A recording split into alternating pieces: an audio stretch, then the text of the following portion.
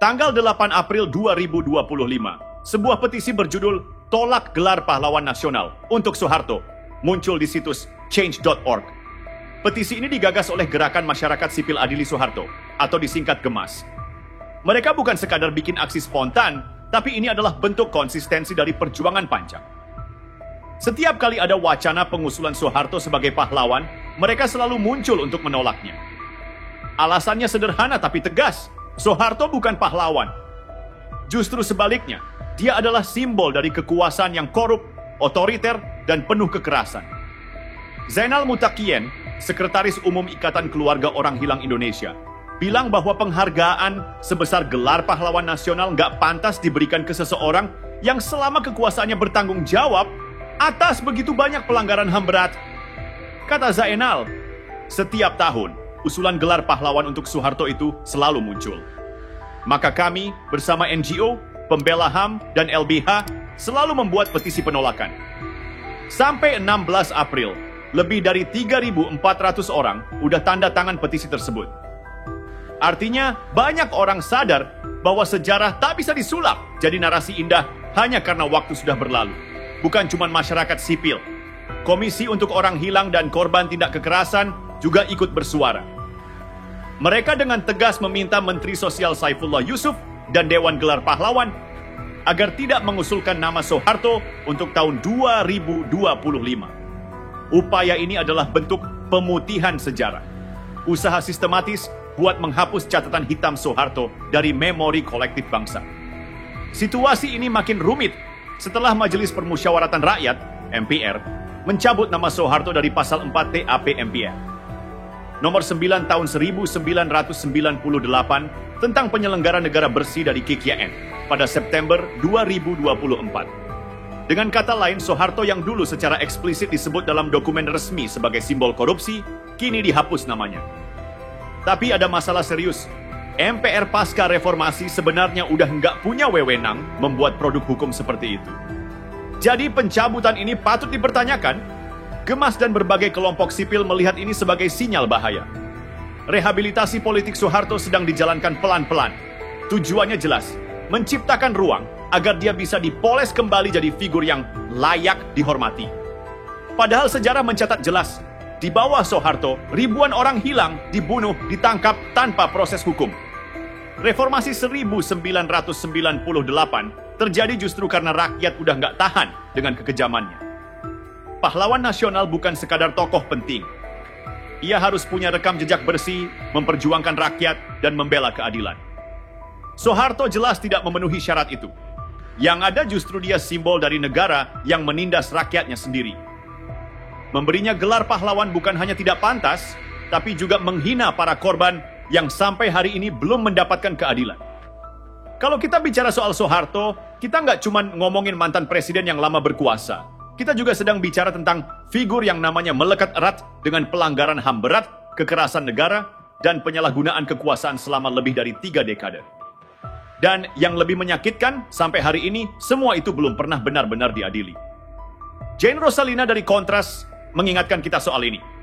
Ia bilang, selama 32 tahun Soeharto berkuasa, yang terjadi bukan sekadar pembangunan, tapi juga penindasan sistematis terhadap rakyat. Kekerasan terhadap warga sipil jadi hal biasa.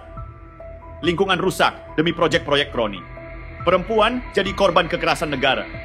Dan semua itu dibungkus dalam narasi stabilitas dan pembangunan. Yang bikin tambah parah, kejahatan-kejahatan itu seolah dibiarkan begitu saja. Para pelaku, termasuk Soeharto sendiri, tidak pernah dimintai pertanggungjawaban secara hukum. Negara seperti pura-pura lupa. Padahal Komnas HAM sudah jelas-jelas menyatakan bahwa ada 9 kasus pelanggaran HAM berat yang terjadi di masa kekuasaannya. Dan ini bukan sekadar opini, tapi hasil penyelidikan resmi lembaga negara. Mari kita lihat daftarnya. 1. Peristiwa 1965 sampai 1966, di mana ratusan ribu orang dibunuh atau ditahan tanpa proses hukum. 2. Penembakan misterius 1982 sampai 1985. Puluhan hingga ratusan orang tewas, sebagian besar tanpa identitas, hanya karena dianggap kriminal. 3. Tanjung Priok 1984. Tentara menembaki warga sipil yang sedang berunjuk rasa, banyak yang tewas. 4. Talang Sari, 1989, pembantaian terhadap warga sipil di Lampung oleh aparat. Kelima, Rumo Gudong and Posatis di Aceh, 1989 sampai 1998. Penyiksaan dan kekerasan seksual terhadap warga sipil di pos militer. 6. Penghilangan paksa aktivis 1997 sampai 1998. Banyak aktivis pro-demokrasi diculik, sebagian tak pernah kembali. 7. Tragedi Trisakti, Semanggi 1 dan 2, 1998 sampai 1999. Mahasiswa ditembak mati dalam aksi damai menuntut reformasi. 8. Kerusuhan Mei 1998. Pembantaian, pemerkosaan, dan pembakaran massal, terutama terhadap etnis Tionghoa. 9. Pembunuhan Dukun Santet, 1998 sampai 1999. Pembunuhan massal berdasarkan tuduhan gaib tanpa proses hukum.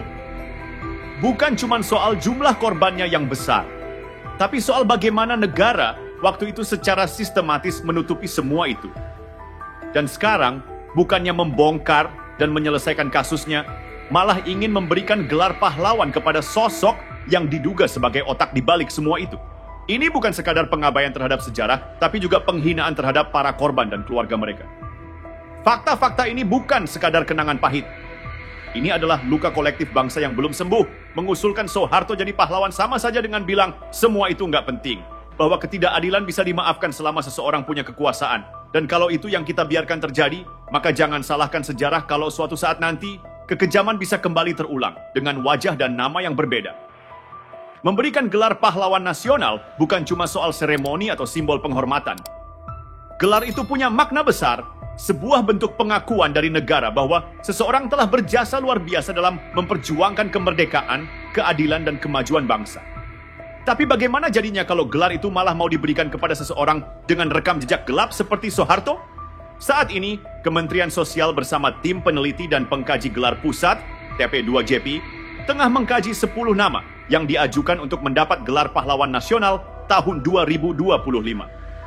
Di antara nama-nama itu, 2 yang paling mencolok adalah Abdurrahman Wahid, Gus Dur, dan Soeharto.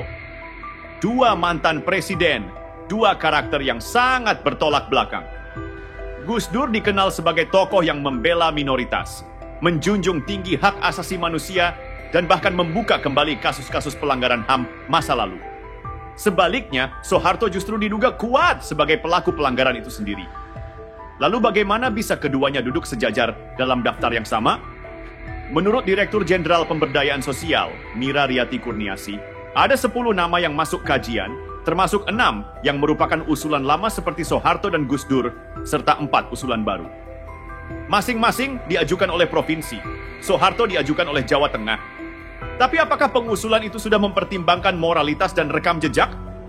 Definisi resmi pahlawan nasional jelas, seseorang yang gugur atau berjuang demi negara, punya integritas moral, keteladanan, berjasa nyata, dan tidak mengkhianati bangsa. Kalau kita pakai definisi ini secara jujur, apakah Soeharto memenuhi syarat? Mari kita ingat, selama 32 tahun, ia memimpin dengan tangan besi.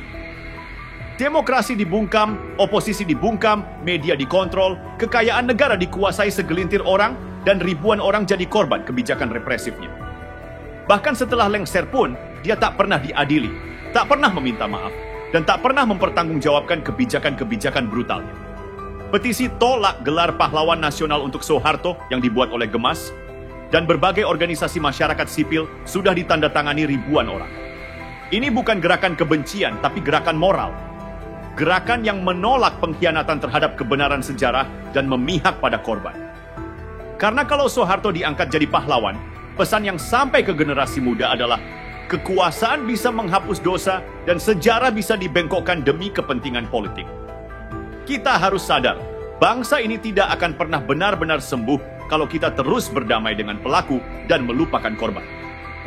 Penghargaan harus diberikan kepada mereka yang membela rakyat, bukan menindasnya. Dan gelar pahlawan harus jadi cermin nilai-nilai keadilan, bukan jadi alat glorifikasi masa lalu yang kelam. Kalau negara mau maju, maka yang perlu kita lakukan bukan mengangkat pelaku jadi pahlawan, tapi memberi ruang kepada kebenaran dan keberanian untuk berkata, cukup sudah kebohongan sejarah ini.